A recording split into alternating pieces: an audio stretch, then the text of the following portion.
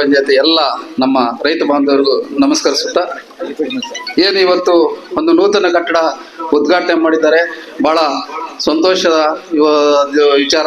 ಯಾಕಂತಂದ್ರೆ ಇಡೀ ನಮ್ಮ ಹಳ್ಳಿಗಳಿಗೆ ಇದು ಒಂದು ಗ್ರಾಮ ಪಂಚಾಯತ್ ಸರ್ಕಾರ ಇದ್ದಂಗೆ, ಗ್ರಾಮ ಮಟ್ಟದ ಸರ್ಕಾರ ಇದ್ದಂಗೆ.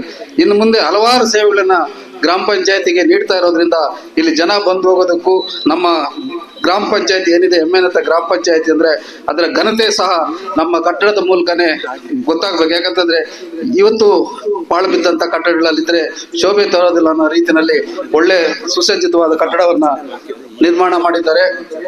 ಅದಕ್ಕೋಸ್ಕರ ಈ ಒಂದು ಸಮಾರಂಭ ಕರೆಸಿ ನಮಗೂ ಆಹ್ವಾನ ಕೊಡೋದಕ್ಕೆ ಎಲ್ರಿಗೂ ಥ್ಯಾಂಕ್ಸ್ ಹೇಳ್ತಾ, ಏನು ತಾವೆಲ್ಲ ಮಹಿಳಾ ತಾಯಂದ್ರೆ ಇಲ್ಲಿ ಬಂದಿದ್ದೀರಿ, DCC ಬ್ಯಾಂಕಿಂದ ತಾವೇನು ಸಾಲ ತಗೊಂಡಿದ್ರಿ ದಯವಿಟ್ಟು ಆ ಒಂದು ಸಾಲವನ್ನ ಮರುಪಾವತಿ ಮಾಡಿ. ಕಾರಣ ಏನಂತಂದ್ರೆ ಇವತ್ತು DCC ಬ್ಯಾಂಕ್ ಅಧೋಗತಿಗೆ ಹೋಗ್ತಾ ಇದೆ.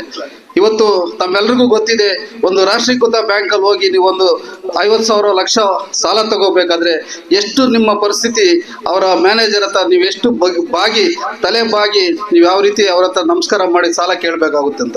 ಆದ್ರೆ DCC ಬ್ಯಾಂಕು ಮತ್ತೆ ನಮ್ಮ VSS ಅನ್ನಲ್ಲ ಆ ರೀತಿ ಅಲ್ಲ, ನೀವೇ ಅದರ ಮಾಲೀಕರು, ಅಲ್ಲಿ ಅಧ್ಯಕ್ಷರು ನೀವೇ, ಸದಸ್ಯರು ನೀವೇ, ಎಲ್ಲ ತೀರ್ಮಾನವನ್ನು ತಗೊಂಡು ಯಾರು ಸಾಲ ಕೊಡ್ಬೇಕಂತ ನಿಶ್ಚಯಿಸಕ್ಕಂಥವ್ರು ಕೂಡ ತಾವೇ ಆಗಿರೋದ್ರಿಂದ ಈ ಬ್ಯಾಂಕ್ ಏನಿದೆ ಮತ್ತು ಹಾಲು ಒಕ್ಕೂಟ ಇವೆರಡು ನಮ್ಮ ರೈತರ ಜೀವನಾಡಿಗಳಿವೆ ಇವೆರಡೂ. ಅದಕ್ಕೋಸ್ಕರ ಅದನ್ನ ಉಳಿಸ್ಬೇಕು ಅನ್ನೋ ಕಾರಣಕ್ಕೋಸ್ಕರ ತಾವು ಯಾರಿದ್ದೀರಿ ಇಲ್ಲಿ ರೈತ ಬಾಂಧವರು ಅಷ್ಟೇ, ತಾವು ಮಹಿಳೆಯರು ಆ ಒಂದು ಸಾಲವನ್ನ ಸಕಾಲಕ್ಕೆ ಮರುಪಾವತಿ ಮಾಡಿ ಈ ಬ್ಯಾಂಕ್ ನಮ್ಮ ಜಿಲ್ಲೆಯ ಒಂದು ರೈತರ ಇದು ಬರೀ ರೈತರಿಗಾಗಿ ಮೀಸಲಿರ್ತಕ್ಕಂಥ ಬ್ಯಾಂಕ್ ಇದು, ಇದನ್ನ ಉಳಿಸ್ಕೋಬೇಕು ಅಂತ ತಮ್ಮಲ್ಲಿ ಮನವಿ ಮಾಡ್ತಾ ನಾನು ಮಾತು ಮುಗಿಸ್ತಾ ಇದ್ದೀನಿ. ಜೈ ಹಿಂದ್, ಜೈ ಕರ್ನಾಟಕ.